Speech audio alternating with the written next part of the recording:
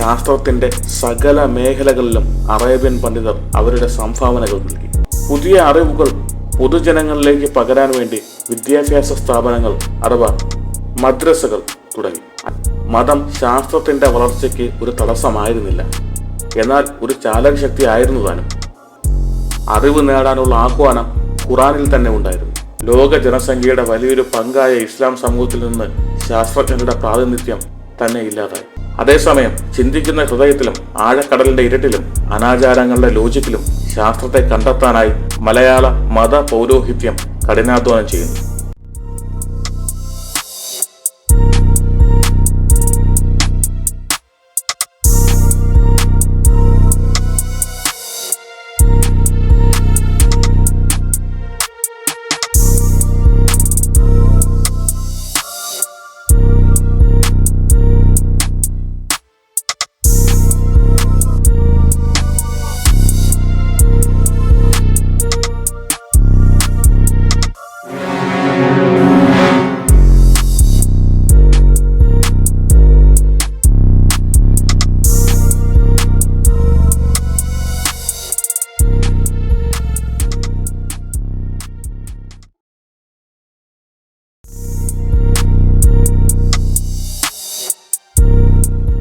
എട്ടാം നൂറ്റാണ്ടിനും 16-ാം നൂറ്റാണ്ടിനും ഇടയിലുള്ള മധ്യകാല ഇസ്ലാം ശാസ്ത്രത്തിന്റെ ചരിത്രത്തിലെ നിർണായകമായ കാലഘട്ടമായിരുന്നു.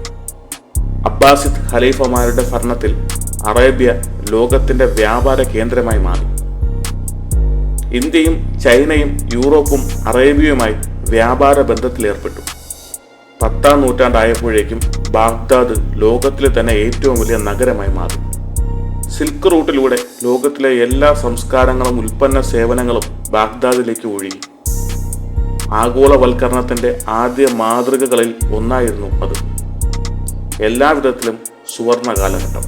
ഭൗതിക സൗകര്യങ്ങളുടെ സമ്പൽ സമൃദ്ധി മാത്രമായിരുന്നില്ല, അറിവിനു വേണ്ടിയുള്ള അടങ്ങാത്ത ആവേശമായിരുന്നു മധ്യകാല ഇസ്ലാമിലെ ഏറ്റവും വലിയ പ്രത്യേകത. എല്ലാ സംസ്കാരങ്ങളെയും അവർ രണ്ട് കൈ നീട്ടി സ്വീകരിച്ചു. ലോകത്തിലെ പല കോണുകളിലുള്ള പണ്ഡിതന്മാർ അറേബ്യയിലേക്ക് കുടിയേറി. വില കുറഞ്ഞ ചൈനീസ് പേപ്പർ അറേബ്യയിൽ എത്തിയത് അറേബ്യന്റെ വിപ്ലവത്തിന് തന്നെ തുടക്കം കുറിച്ചു. പേപ്പറിന്റെ ധാരാളിത്തം കാരണം ചരിത്രത്തിൽ ആദ്യമായി ബൗദ്ധിക പ്രവൃത്തികളിൽ ഏർപ്പെടുന്നത് വരുമാനമുണ്ടാക്കാവുന്നതായി മാറി. വില കുറഞ്ഞ പേപ്പർ ലൈബ്രറികളുടെ നിർമ്മാണത്തിലേക്ക് നയിച്ചു. കൂടാതെ ട്രാൻസ്ലേഷൻ മൂവ്മെന്റ് അഥവാ വിവർത്തന വിപ്ലവം ആരംഭിച്ചു. ഗ്രീക്ക്, ചൈനീസ്, സംസ്കൃതം ഭാഷകളിലെ വിവിധ ഗ്രന്ഥങ്ങൾ അറബി ഭാഷയിലേക്ക് തർജ്ജമ ചെയ്യപ്പെട്ടു. ഭൗതിക ശാസ്ത്രം, രസതന്ത്രം, ജീവശാസ്ത്രം, ആസ്ട്രോണമി, തത്വശാസ്ത്രം തുടങ്ങി അതുവരെ മനുഷ്യൻ കണ്ടെത്തിയ അറിവുകളെല്ലാം അറബി ഭാഷയിലേക്ക് മാറ്റപ്പെട്ടു. ശാസ്ത്രത്തിന്റെ സകല മേഖലകളിലും അറേബ്യൻ പണ്ഡിതർ അവരുടെ സംഭാവനകൾ നൽകി. ജിയോമെട്രിയിലെയും ഗ്രിഗണോമെട്രിയിലെയും സമവാക്യങ്ങൾ മക്ക ഏത് ദിശയിലാണ് എന്ന് ശാസ്ത്രീയമായി മനസ്സിലാക്കാൻ ഉപയോഗപ്പെടുത്തി. കാർഷിക രംഗത്തും വ്യവസായങ്ങളിലും പുതിയ ശാസ്ത്ര അറിവുകൾ വിപ്ലവകരമായ മാറ്റം സൃഷ്ടിച്ചു. അറബി ശാസ്ത്ര ഭാഷയായി. പുതിയ അറിവുകൾ പൊതുജനങ്ങളിലേക്ക് പകരാൻ വേണ്ടി വിദ്യാഭ്യാസ സ്ഥാപനങ്ങൾ അഥവാ മദ്രസകൾ തുടങ്ങി. അരിസ്റ്റോട്ടലിന്റെയും സോക്രട്ടീസിന്റെയും ടോളമിയുടെയും ശുശ്രുതന്റെയും വിദ്യാർത്ഥികൾ അറേബ്യയിൽ ഉണ്ടായി.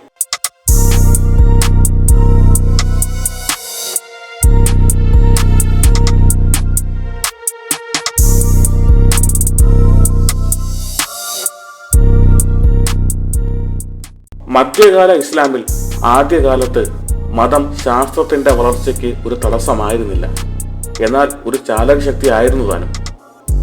അറിവ് നേടാനുള്ള ആഹ്വാനം ഖുറാനിൽ തന്നെ ഉണ്ടായിരുന്നു.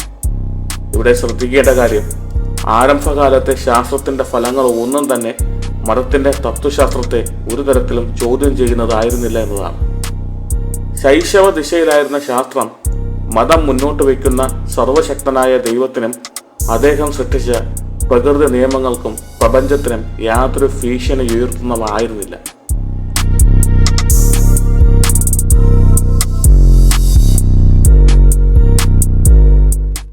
കാലക്രമേണ രണ്ട് വ്യത്യസ്ത ചിന്താഗതികൾ മധ്യകാല ഇസ്ലാമിൽ രൂപപ്പെട്ടു. ഒരു വിഭാഗം യുക്തിക്ക് മുൻതൂക്കം നൽകി. അറിവിന്റെ ഏക ഉറവിടം ഖുറാൻ അല്ല എന്നും മനുഷ്യബുദ്ധിക്ക് അനുസരിച്ച് കണ്ടെത്തുന്ന ശാസ്ത്ര സത്യങ്ങൾ പരീക്ഷണത്തിലൂടെ നേരിടുന്ന ശാസ്ത്ര അറിവുകൾ ഒക്കെ ശരിയും തെറ്റും വേർതിരിച്ച് അറിയാൻ ഉപയോഗിക്കാൻ കഴിയുമെന്നൊക്കെ അവർ ചിന്തിച്ചു, വാദിച്ചു. എന്നിരുന്നാലും ദൈവം, പ്രവാചകൻ എന്നീ ആത്യന്തിക സത്യങ്ങൾക്ക് ഉള്ളിലായിരിക്കണം യുക്തി എന്ന് അവർക്കും നിർബന്ധമുണ്ടായിരുന്നു. രണ്ടാമത്തെ വിഭാഗം പൂർണ്ണമായും വെളിപാടിൽ വിശ്വസിച്ചു. ഖുർആനാണ് അറിവിൻ്റെ ഏക വഴിയെന്നും അത് വ്യാഖ്യാനങ്ങൾക്ക് വിധേയമല്ല എന്നും ഈ കൂട്ടർ വാദിച്ചു. തുടർന്ന് ഈ രണ്ട് കൂട്ടരും തമ്മിലുള്ള ആശയ സംവാദങ്ങളും പോരാട്ടങ്ങളും മധ്യകാല ഇസ്ലാമിൻ്റെ മുന്നോട്ടുള്ള വഴിയിൽ നിർണായകമായിരുന്നു. ചില രാഷ്ട്രീയ സംഭവങ്ങളുടെ പരിണിത ഫലമായി നിർഭാഗ്യവശാൽ സുവർണ കാലഘട്ടത്തിൻ്റെ അവസാന സമയത്ത് വെളിപാടിന് വേണ്ടി വാദിച്ചവരുടെ സംഘത്തിനാണ് ജനപിന്തുണയും അധികാര പിന്തുണയും ഉണ്ടായിരുന്നത്. ഈ പവർ ഷിഫ്റ്റാണ് ഇസ്ലാമിന് നേരിട്ട ആദ്യത്തെ ആഘാതം.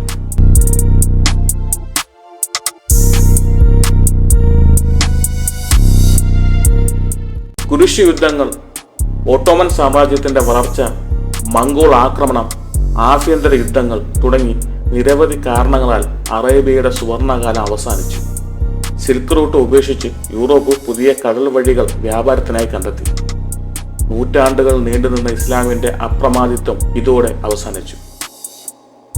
എന്നാൽ ശാസ്ത്രത്തിന്റെ വളർച്ചയിൽ ഇസ്ലാം ഒരു നിർണായക പങ്ക് അതിനോടകം തന്നെ വഹിച്ചു കഴിഞ്ഞിരുന്നു.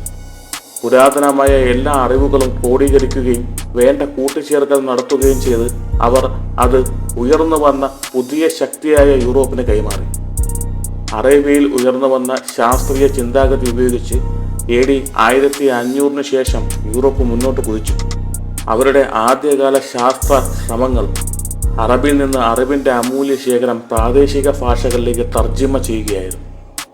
യൂറോപ്പിൽ enlightenment, age of discovery, colonialism, industrial revolution എന്നിവയിലൂടെ ശാസ്ത്രം അതിവേഗം മുന്നോട്ട് കുതിച്ചു.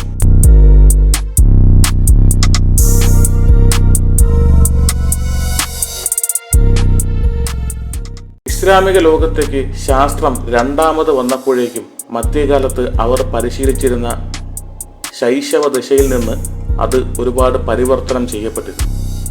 കൊളോണിയലിസത്തിന് അവസാനം യൂറോപ്പിൽ നിന്ന് പതിയെ സ്വാതന്ത്ര്യത്തിലേക്ക് വന്ന ഇസ്ലാം യൂറോപ്പിൻ്റെതായ എല്ലാ ആദർശങ്ങളോടും മുഖം തിരിച്ചു.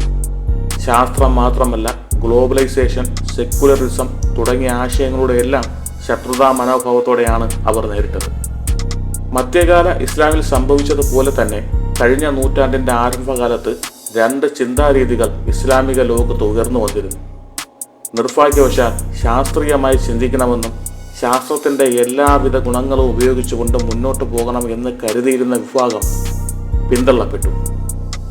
വെളിപാട് സാഹിത്യത്തിന് വേണ്ടി വാദിച്ചവർ വീണ്ടും വിജയിച്ചു. ഭൂതകാലത്തിലേക്ക് തിരിച്ചു നടക്കുന്നതാണ് ഇസ്ലാമിന് നല്ലതെന്ന് അവർ ഭൂരിപക്ഷത്തെയും വിശ്വസിപ്പിച്ചു. എന്നാൽ ആ തിരിഞ്ഞു നടത്തം ഇസ്ലാമിൻ്റെ സുവർണ കാലഘട്ടത്തിലേക്ക് ആയിരുന്നില്ല. പകരം മധ്യകാല ഇസ്ലാമിൻ്റെ അവസാന സമയത്ത് ശക്തി പ്രാപിച്ച വെളിപാടിന് പ്രാധാന്യം കൊടുക്കുന്ന ചിന്താരീതിയിലേക്കായിരുന്നു. പരിണാമം, ക്വാണ്ടം മെക്കാനിക്സ്, ശൂന്യാകാശം, പ്രപഞ്ചോൽപത്തി, മനുഷ്യ ശരീരം, ഭൂമിയുടെ ഘടന, പ്രകൃതി പ്രതിഭാസങ്ങളുടെ നിർവചനം തുടങ്ങിയ എല്ലാ അറിവുകളും തന്നെ മതത്തിൻ്റെ അടിസ്ഥാനത്തെ തകർക്കാൻ പ്രാപ്തമായതായിരുന്നു. മതത്തെ രക്ഷിക്കാനായി ശാസ്ത്രവും മതവും ഒരിക്കലും ചേർന്നു പോകുന്നതല്ല എന്ന നിഗമനത്തിലേക്ക് ഇസ്ലാം പണ്ഡിതർ എത്തിച്ചേർന്നു. ആധുനിക ലോകത്തെ മുസ്ലിം ശാസ്ത്രജ്ഞന്മാരെ പൊതുവെ 4 ആയി തിരിക്കാം.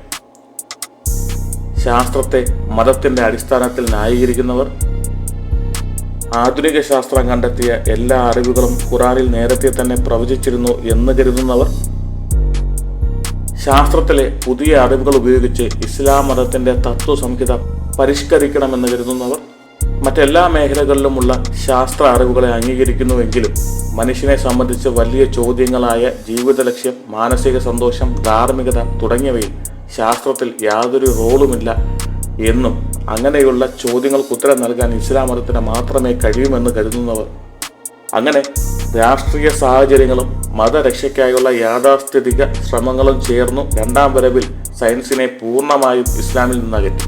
ലോക ജനസംഖ്യയുടെ വലിയൊരു പങ്കായ ഇസ്ലാം സമൂഹത്തിൽ നിന്ന് ശാസ്ത്രജ്ഞരുടെ പ്രാതിനിധ്യം തന്നെ ഇല്ലാതായി.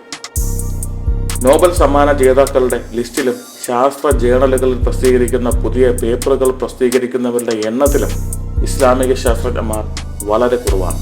അതേസമയം ചിന്തിക്കുന്ന ഹൃദയത്തിലും ആഴക്കടലിന്റെ ഇരുട്ടിലും അനാചാരങ്ങളുടെ ലോജിക്കിലും ശാസ്ത്രത്തെ കണ്ടെത്താനായി മലയാള മത പൗരോഹിത്യം കഠിനാധ്വാനം ചെയ്യുന്നു.